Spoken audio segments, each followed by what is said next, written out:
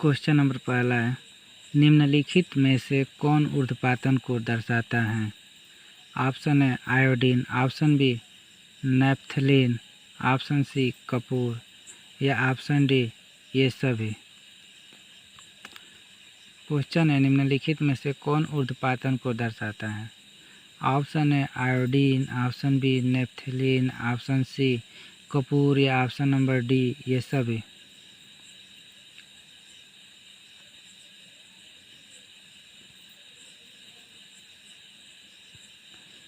तो इसका सही आंसर होगा ऑप्शन नंबर डी ये सभी। आयोडीन भी ऊर्ध्वपातन को दर्शाता है, नैप्थलीन भी ऊर्ध्वपातन को दर्शाता है, कपूर भी ऊर्ध्वपातन को दर्शाता है, इसलिए यह सभी सही होंगे। क्वेश्चन नंबर दूसरा देखिए क्या है। 0 डिग्री सेल्सियस समतुल्य हैं। ऑप्शन है 32 degree Fahrenheit, option B 273 degree Kelvin, option number C 273 degree Celsius, option number D 30 degree Fahrenheit. 0 degree Celsius बराबर हैं 32 डिग्री फ़ारेनहाइट के या 273 डिग्री केल्विन के या 273 डिग्री सेल्सियस के या 30 डिग्री फ़ारेनहाइट के। तो 0 डिग्री समतुल्य होगा 273 केल्विन के। सही आंसर होगा ऑप्शन नंबर बी।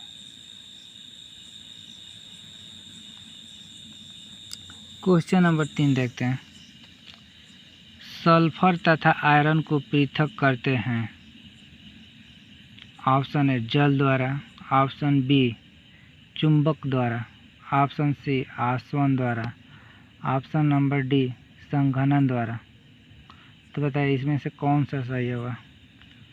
सल्फर तथा आयरन को अलग करते हैं जल द्वारा, चुंबक द्वारा, आसवन द्वारा या संघनन द्वारा।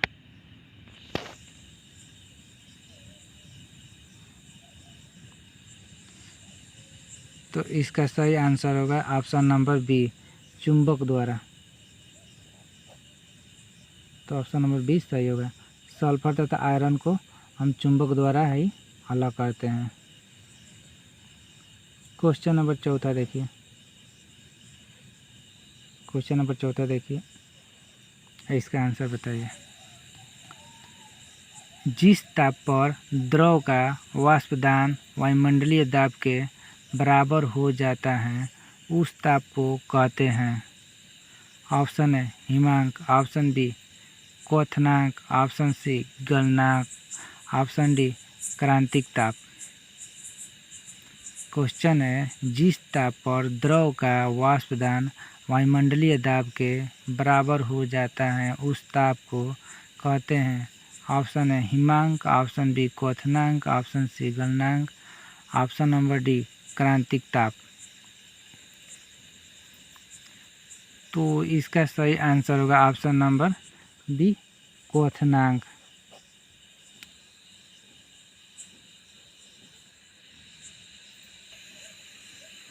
क्वेश्चन नंबर 5 देखते हैं। 1 नैनोमीटर बराबर होता है। Option number A 10⁻⁻9 millimetre, option number B 10⁻⁻7 centimetre या ऑप्शन नंबर सी 10⁻⁻9 मीटर या ऑप्शन नंबर डी 10⁻⁻6 मीटर। बताइए इन चारों ऑप्शन में से कौन सा सही होगा? क्वेश्चन है 1 नैनोमीटर बराबर होता है। तो इसका सही आंसर होगा option number C 10⁻⁹ metre. 1 nanometre 10⁻⁹ metre के बराबर होता है। क्वेश्चन नंबर 6 देखते हैं। क्वेश्चन नंबर 6 है, द्रव्यमान संरक्षण के नियम की पुष्टि किसके द्वारा की गई थी? द्रव्यमान संरक्षण के नियम की पुष्टि किसके द्वारा की गई थी? ऑप्शन है Dalton, option B Proust, option number C Lavoisier और Landolt, option number D Berzelius. Question है द्रव्यमान संरक्षण के नियम की पुष्टि किसके द्वारा की गई थी? ऑप्शन ए डाल्टन द्वारा, या ऑप्शन बी प्राउस्ट द्वारा, या ऑप्शन नंबर सी लेवाइसिए और लैंडोल्ट द्वारा, या वर्जिलियस द्वारा। तो इसका सही आंसर होगा ऑप्शन नंबर सी लेवाइसिए और लैंडोल्ट द्वारा। द्रव्यमान संरक्षण के नियम की पुष्टि लेवाइसिए और लैंडोल्ट द्वारा की गई थी, इसलिए इसका सही आंसर होगा ऑप्शन नंबर सी।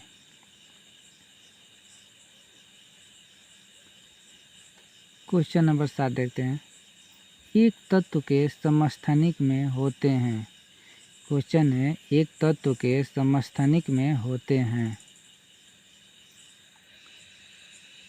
ऑप्शन नंबर ए समान भौतिक गुण, ऑप्शन नंबर बी भिन्न रासायनिक गुण, ऑप्शन नंबर सी न्यूट्रॉनों की अलग अलग संख्या, ऑप्शन नंबर डी भिन्न परमाणु संख्या। एक तत्व के समस्थानिक में होते हैं समान भौतिक गुण, भिन्न रासायनिक गुण, न्यूट्रॉनों की अलग अलग संख्या या भिन्न परमाणु संख्या। तो इसका सही आंसर होगा ऑप्शन नंबर सी न्यूट्रॉनों की अलग अलग संख्या। क्वेश्चन नंबर 8 देखते हैं। परमाणु के किसी भी कोश में अधिकतम इलेक्ट्रॉनों की संख्या हो सकती है। परमाणु के किसी भी कोश में अधिकतम इलेक्ट्रॉनों की संख्या हो सकती है। Option number A 2n, option number B 2n square, option number C 2n+2, option number D 2n³ इसमें से कौन सा सही होगा? किसी परमाणु के किसी भी कोश में अधिकतम इलेक्ट्रॉनों की संख्या हो सकती है 2n, 2n स्क्वायर, 2n+2 या 2n³। तो इसका सही आंसर होगा option number B 2n square. किसी भी परमाणु के कोश में अधिकतम इलेक्ट्रॉनों की संख्या 2n स्क्वायर ही हो सकती है। क्वेश्चन नंबर 9 देखते हैं। अधिकतम गतिज ऊर्जा होती है। क्वेश्चन है अधिकतम गतिज ऊर्जा होती है। ऑप्शन है ठोस के अणुओं में, ऑप्शन बी द्रव के अणुओं में, ऑप्शन सी गैस के अणुओं में, या ऑप्शन नंबर डी ठोस द्रव व गैस तीनों के अणुओं में। अधिकतम गतिज ऊर्जा होती है ठोस के अणुओं में, द्रव के अणुओं में, गैस के अणुओं में, या ठोस द्रव और गैस तीनों के अणुओं में। बताइए इनमें से कौन सा सही होगा? Option number A, option number B, option number C या ऑप्शन नंबर डी। अधिकतम गतिज ऊर्जा होती है तो इसका सही आंसर होगा ऑप्शन नंबर सी गैस के अणुओं में। अधिकतम गतिज ऊर्जा होती है गैस के अणुओं में।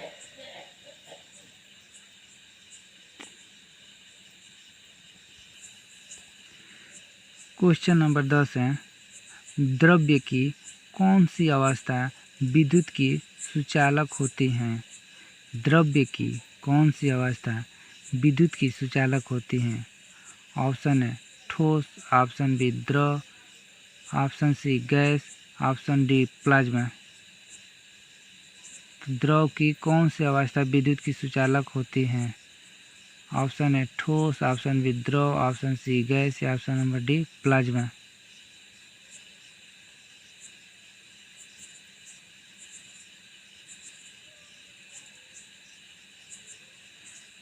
तो इसका सही आंसर होगा ऑप्शन नंबर डी प्लाज्मा।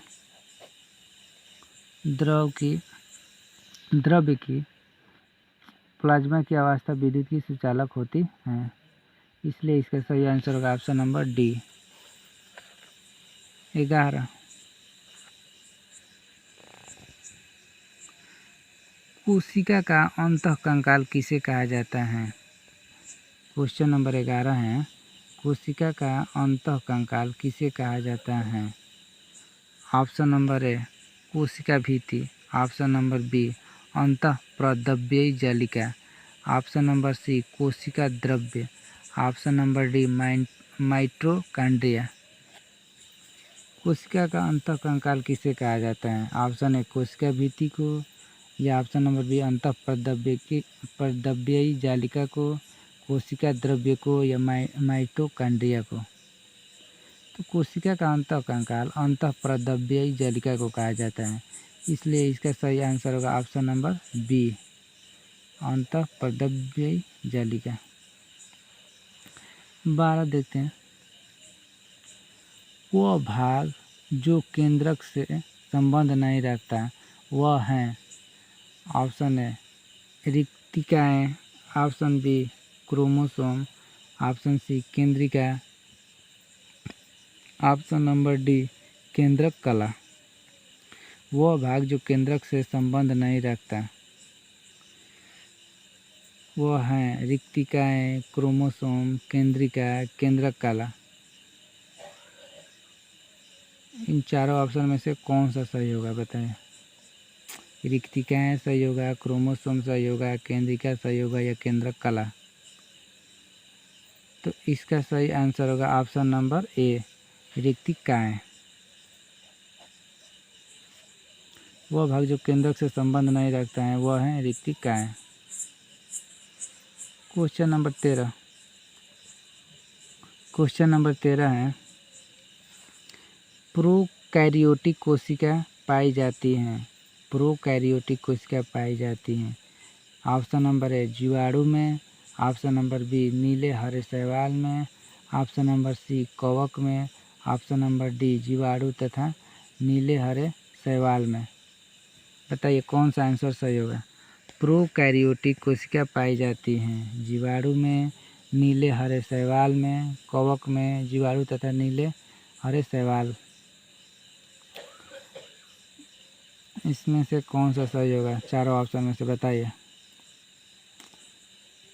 तो इसका सही आंसर होगा ऑप्शन नंबर ए जीवाणु में। प्रोकैरियोटिक कोशिका जीवाणु में पाई जाती हैं, इसलिए इसका सही आंसर होगा ऑप्शन नंबर ए जीवाणु। Question number 14। क्वेश्चन नंबर 14 है, माइटोकॉन्ड्रिया का संबंध है। माइटोकॉन्ड्रिया का संबंध है। ऑप्शन नंबर ए उत्सर्जन से, ऑप्शन नंबर बी परासरण से, ऑप्शन नंबर सी श्वसन से, ऑप्शन नंबर डी पाचन से। माइटोकॉन्ड्रिया का संबंध है उत्सर्जन से, परासरण से, श्वसन से, या पाचन से।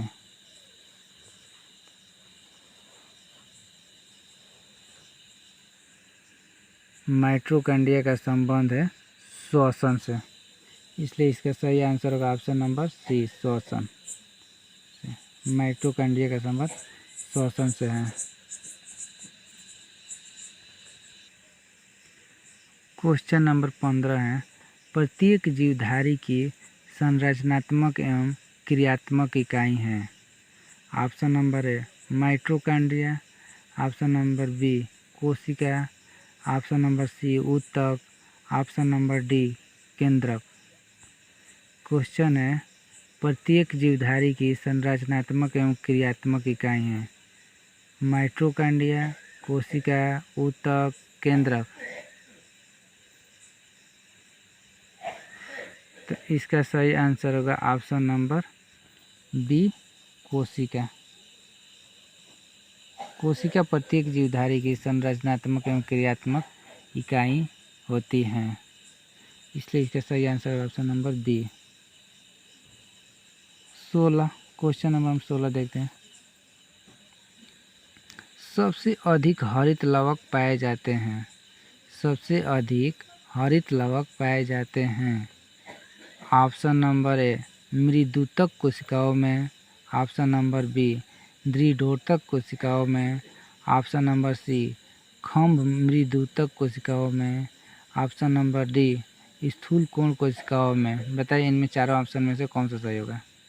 सबसे अधिक हरित लवक पाए जाते हैं मृदुतक कोशिकाओं में, या दृढ़ोतक कोशिकाओं में, या खम्भ मृदुतक कोशिकाओं में, या स्थूल कोण कोशिकाओं में।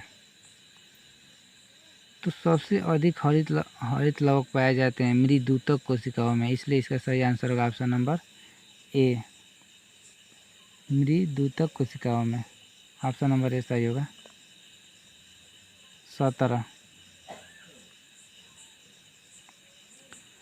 17 है, उपास्थि का निर्माण होता है।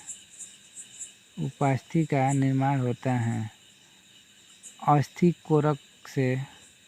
ऑप्शन नंबर बी, फाइब्रोब्लास्ट से। ऑप्शन नंबर सी, कॉन्ड्रोसाइट से। या ऑप्शन नंबर डी, इपिथीलियस कोशिकाओं से। बताइए आंसर कौन सा होगा, अस्थि कोरक से या फाइब्रोब्लास्ट से, कॉन्ड्रोसाइट से या एपिथेलियस कोशिकाओं से। तो उपास्थि का निर्माण कॉन्ड्रोसाइट से होता है, इसलिए इसका सही आंसर होगा option number C, chondrocytes. Question number 18 देखते हैं। वर्गीकरण विज्ञान के जनक का नाम है। वर्गीकरण विज्ञान के जनक का नाम है। Option number A, Lamarck. Option number B, Mendel. Option number C, Linnaeus. या ऑप्शन नंबर डी, डार्विन। बताइए इन चारों में से सही कौन सा होगा। वर्गीकरण विज्ञान के जन्मदाता का नाम है लामार्क, मेंडल, लिनियस या डार्विन। वर्गीकरण विज्ञान के जन्मदाता का नाम है लामार्क, मेंडल, लिनियस या डार्विन। बताइए इन चारों में से सही कौन सा होगा आंसर। तो वर्गीकरण विज्ञान के जन्मदाता का नाम लिनियस है, इसलिए इसका सही आंसर होगा option number C, Linnaeus.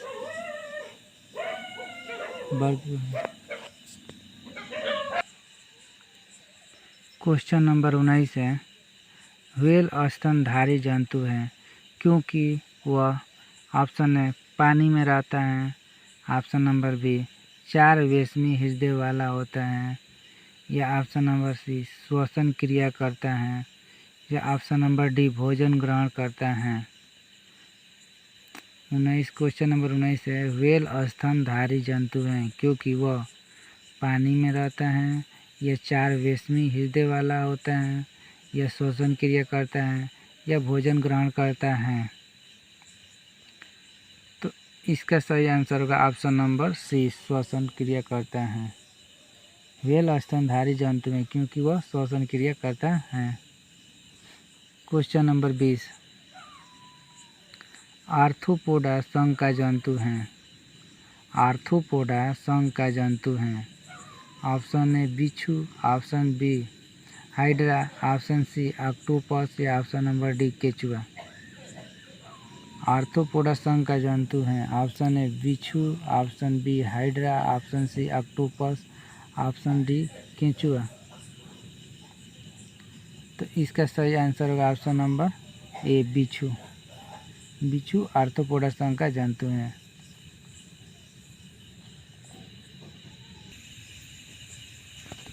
Question number 21, किसी पिंड का त्वरण शून्य होगा यदि वस्तु, ऑप्शन नंबर ए की चाल से एक समान हो। ऑप्शन नंबर बी की गति ऋजु रेखा में हो रही हो। ऑप्शन नंबर सी स्थिर हो। ऑप्शन नंबर डी का समान समय में विस्थापन समान हो। क्वेश्चन नंबर 21 है, किसी पिंड का त्वरण शून्य होगा यदि वस्तु की चाल समान हो या वस्तु की गति ऋजु रेखा में हो रही हो, या उसकी गति स्थिर हो, या उसकी गति समान समय में समान विस्थापन हो। इन चारों ऑप्शन में से कौन सा सही होगा। तो इसका सही आंसर होगा option number A, option number ए की चाल एक समान हो। किसी पिंड का त्वरण शून्य होगा यदि वस्तु की चाल एक समान हो। अब क्वेश्चन नंबर 22 है, वेग परिवर्तन की दर को कहते हैं। ऑप्शन ए आवेग, ऑप्शन बी संवेग, ऑप्शन सी विस्थापन ऑप्शन नंबर डी त्वरण। वेग परिवर्तन की दर को कहते हैं आवेग, संवेग, विस्थापन या त्वरण। तो इसका सही आंसर होगा ऑप्शन नंबर डी त्वरण। वेग परिवर्तन की दर को हम त्वरण कहते हैं।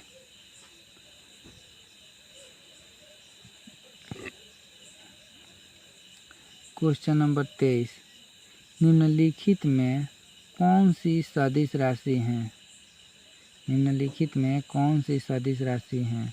ऑप्शन है दूरी, ऑप्शन बी वेग, ऑप्शन सी द्रव्यमान, ऑप्शन डी समय।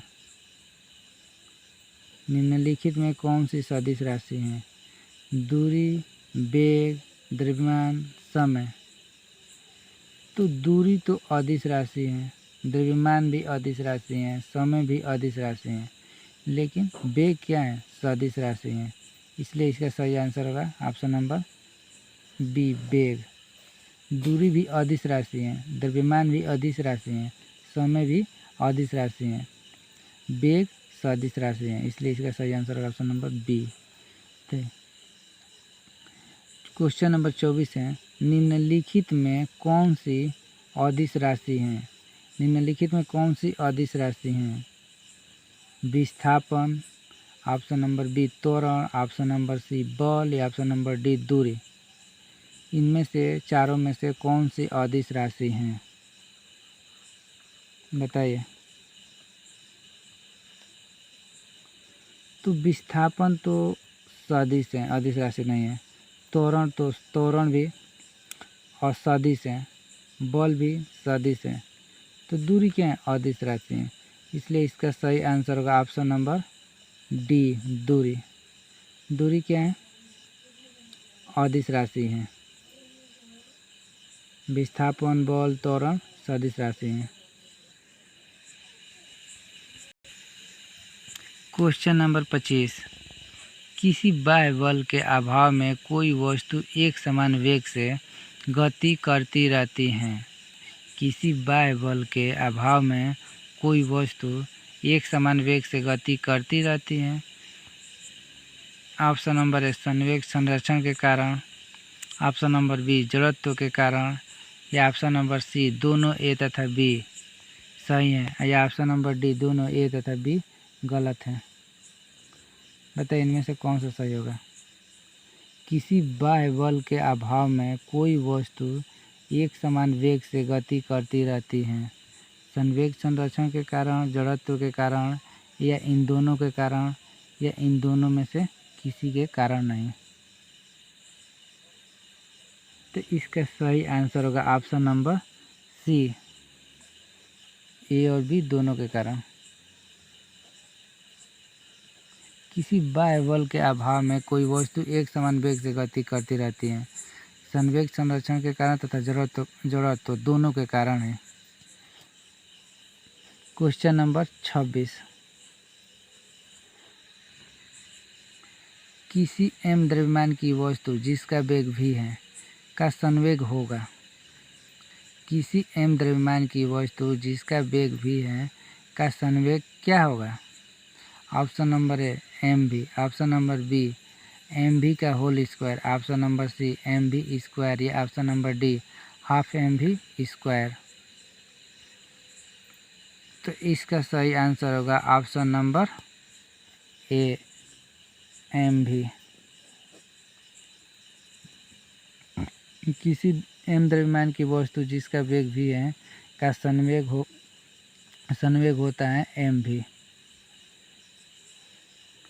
क्वेश्चन नंबर 27, संवेग परिवर्तन की दर बराबर होता है।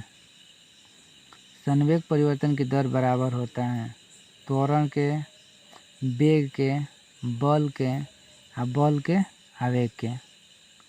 संवेग परिवर्तन की दर बराबर होता है त्वरण के, वेग के, बल के या बल के आवेग के।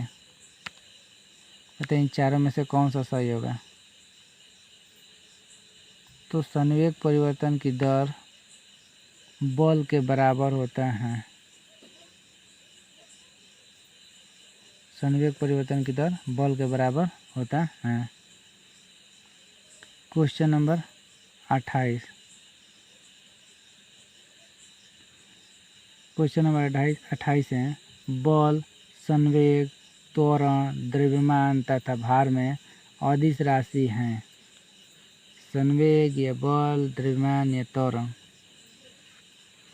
तो बल भी पिछले क्वेश्चन में मैंने बता चुका हूँ कि बल भी सदिश राशि है, संवेग भी सदिश राशि है, त्वरण भी सदिश राशि है तथा भार सदिश राशि है, द्रव्यमान अदिश राशि है।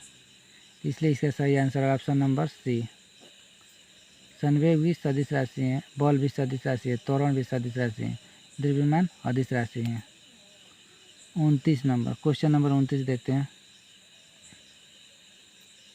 बल वेक्टर एफ तथा संवेग परिवर्तन delta P vector delta P में संबंध हैं।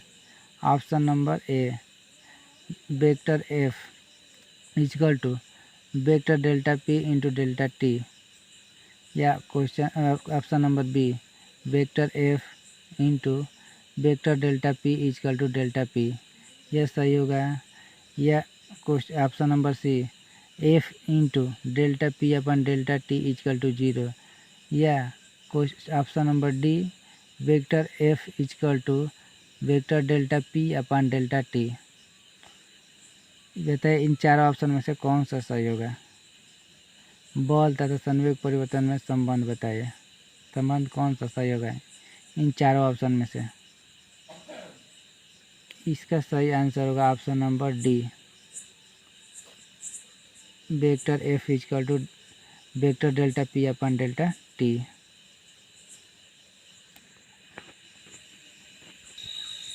क्वेश्चन नंबर 30, संवेग का मात्रक है। संवेग का मात्रक है। Option A, kilogram metre into second. Option number B, kilogram metre पर second. Option number C, kilogram metre into second square. Option number D, kilogram प्रति मीटर प्रति सेकेंड।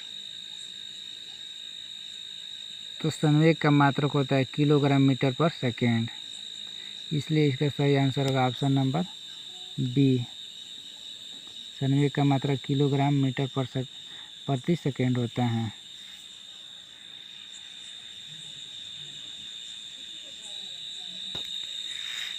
इस सेशन को हम यहीं पर समाप्त करते हैं, मिलेंगे हम अगले सेशन में।